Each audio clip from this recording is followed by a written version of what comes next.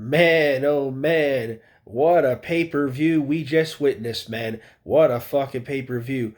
What is going on, folks? Wrestling Otaku back here on the one and only Wrestling Otaku channel, your personification of excellence on YouTube and YWC. And we are here. It is now officially a little past midnight, so it's now officially Monday, April the 7th of 2025. So just got through watching AEW Dynasty, man. And boy, the parts that I did see, I stated before that I was likely going to miss the first hour or so because I did have work tonight and I didn't get home until around 9. And so I went back, I got the results for the matches that I missed, and pretty much every prediction that I made came true outside of one, and I'll get to that in a minute. But the parts that I did see, man, this was a really good pay per view, really solid pay per view. We had a couple of the, or one, I should say, Owen Hart Cup tournament match in the men's side with Kyle Fletcher getting the win on Mark Briscoe. That was a solid match there. We had I caught the back end of the trios match for the AEW World Trios Championships with the Death Riders retained, and then we had the shocker of FTR, both Dax Harwood and Cash Wheeler turning on Adam Copeland. Cope beating the hell out of him. Fucking pile drive. Dax Howard drove him multiple times, one time onto a chair. Then he saw Cash Wheeler hit the concerto right on the freaking Adam Copeland's face or head, it's right on his head. He had to be stretched out of the arena. So, oh my fucking damn, man.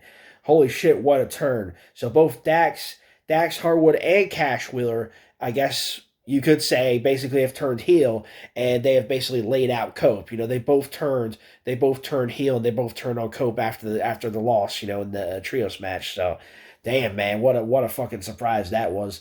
I think some people were predicting it, there was going to happen eventually, but I did not think it was going to be like that. Like, holy shit. But man, that was brutal. The way they took out Cope, the way they did after that match. But yeah.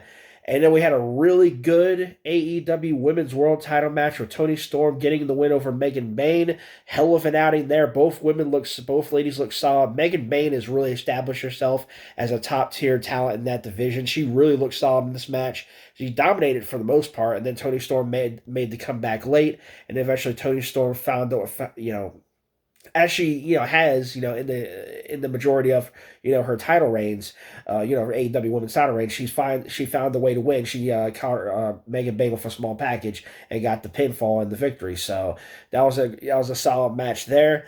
Then we had Chris Jericho Bandito, which ended up being a pretty good match. With Chris Jericho initially got the win after clocking Bandito with a bat behind the referee's back and got the pinfall. But then afterwards, after Bandito's family was at ringside and basically alerted referee Aubrey Edwards to what happened, the match was restarted. Bandito took advantage, hit Jericho with several moves, including the 21 plex, got the pin for the 1-2-3 and the win. So Bandito is your new Ring of Honor World Heavyweight Champion, and the end of the reign of the Nueve, the end of Chris Jericho's second reign as ROH World Champion is over, and Bandito is once again your Ring of Honor World Champion. And you can't be, I was really happy to see that, just the way that match ended. I think, a lot of people would have been happy to see Jericho just win the match and take Bandito's mask. And, so I like the way, I really liked, seeing Bandito win the match, and win the title. He's now the ROH World Champion. So then we had yet another Match of the Year candidate from Kenny Omega, the three-way match for the International Championship. Omega defended against both Speedball Mike Bailey and Ricochet. What an excellent match this was. 30-plus minutes they went here, back and forth, back and forth, back and forth. Fucking incredible match. I posted this on Blue Sky, how many Match of the Year candidates have we already seen from Kenny Omega this year? It's like he delivers another one here. It's like every single match this dude wrestles is just instant classic. It's an instant classic. It's instantly match of the night. It's instantly, because Kenny Omega always gives, 100%. He always gives his best. Even Tony Schiavone said in commentary, he's never wrestled a bad match. He always gives 100% in his matches, and this was no exception. And Ricochet and Speedball Mike Bailey were excellent as well. Those three guys worked well together. They meshed well together, and it was great. It was a great outing. Kenny Omega got the win, and badass match, dude. Badass match. And the story of the night, obviously, is the main event. Jon Moxley versus Swerve Strickland AEW World's Title match. Both guys went to the wire. You saw, chair being introduced. You saw ladders being brought into the fray. At one point, Jon Moxley hits the paradigm shift on Swerve on top of the steel steps. Swerve was busted open a little bit, and it was a back and forth match for the most part. Jon Moxley was working over Swerve, then Swerve fought back. At one point, you had Hangman come out. Hangman, looked like he was going to intervene, like he was about to hit the buckshot, but, you didn't know who was going to hit it on. Then the Death Riders come out. You see the gang attack. Then you got freaking the Ops, Samoa Joe's group, him, Hook, and Katsuhiro Shibata, they fight off the Death Riders. So then it becomes a one-on-one again. Swerve looks like he's about to win. He gets Jon Moxley, hits him with the chair, throws the chair in his face, hits him with the big stomp. And at this point, the referee is out because the referee took a bump early in the match from Jon Moxley. And then the lights go out. Lights come back on. All of a sudden, you see the fucking Young Bucks. The Young Bucks are in the ring. Matthew and Nicholas Jackson. We have not seen them since what? Last year, September, October in AEW. I know they've been in New Japan, but this is the first time we've seen them in AEW since they left. Since the Death Riders started their story. So, first time we've seen them in 6-7 months. But the Young Bucks appear in the ring. They grab Swerve, hit him with the fucking BTE trigger or the EVP trigger, whatever they call it now.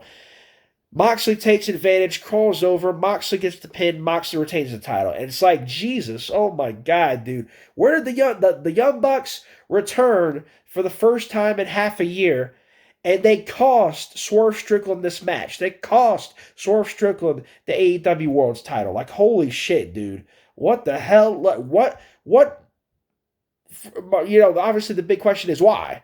Why in the world would the Young Bucks intervene in this match and cost Swerve Strickland the match? Like, what could their motivation be? Like, what is their deal? Like, why did they return here and cost Swerve this match? Like, what's going on with this shit? It's like crazy.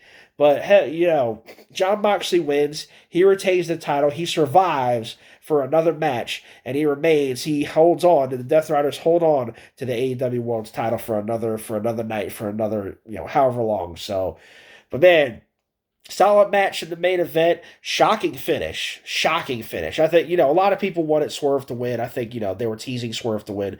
But I don't think anybody saw the Young Bucks returning and, costing Swerve the match. So, obviously the big question is why? Why did the Bucks do what they did? Why did they cost Swerve this match?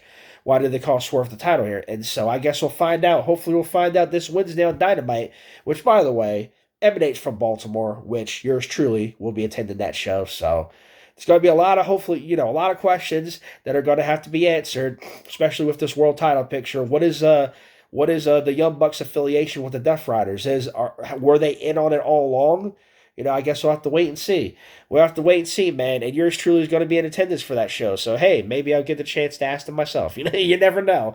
But yeah, so it's going to be the fallout from Dynasty, all the matches, everything we've seen. Oh, yeah, and also we have a new TNT champion. I forgot to mention this. We have a new TNT champion, Adam Cole, baby, defeated Daniel Garcia. He's the new AEW TNT champion. We got a new TNT champion, new ROH World Champion. So there were some title changes tonight. And like I said, we got the fallout from, Dynasty, and obviously the continuation of the Owen Hart Cup tournament for both the men's and women's side. And hopefully we'll see some more tournament matches this Wednesday on Dynamite. They haven't announced it yet, at least I don't think. But can't wait. Can't wait for Wednesday, man. Can't wait for Wednesday. Like I mentioned before in my last video, my first AEW show that I will be attending in 3 years, since 2022. And it's going to be a good one. We're going to see the fallout. We're going to see all the fallout from Dynasty. Hopefully we'll get some answers in regards to the Bucks, why they did what they did at the end of the show. And we'll hear from the new champions. We'll see the new, champions, whatever have you. And so we'll see what happens. I'm looking forward. I'm very much, after the events of this show, very much looking forward to Wednesday. It's going to be a badass show on Wednesday on Dynamite in Baltimore. So, but yeah, so for me, I really like this show. Dynasty, obviously. AEW delivers once again with this Dynasty show. Like I said, I missed the first hour of it, the first 3 or 4 matches on the show. And so, but nonetheless, the back end of the show, the parts of the show that I did, the matches I did watch, they were solid. They were bangers for the most, especially the final couple matches. They were really, really good. AEW delivers once again. Not quite as good as Revolution from back in March, or the beginning of March. Yeah, the beginning of March. Not quite as good as Revolution, but it was still a solid show. It was still a badass. It was at least an 8.5, 9 out of 10 show. That Dynasty was. So yeah, man, we'll see what happens. We'll see what happens this upcoming Wednesday in Dynamite in Baltimore. And like I said, be looking for yours truly to attend that show. And I'm gonna have some pictures. I'm gonna take some pictures, take some clips, some videos, and I'm gonna share my whole experience. When I go there for Baltimore. So this upcoming Wednesday for Dynamite from the Chesapeake Employers Insurance Arena. So looking forward to it. Fallout from Dynasty. Can't wait.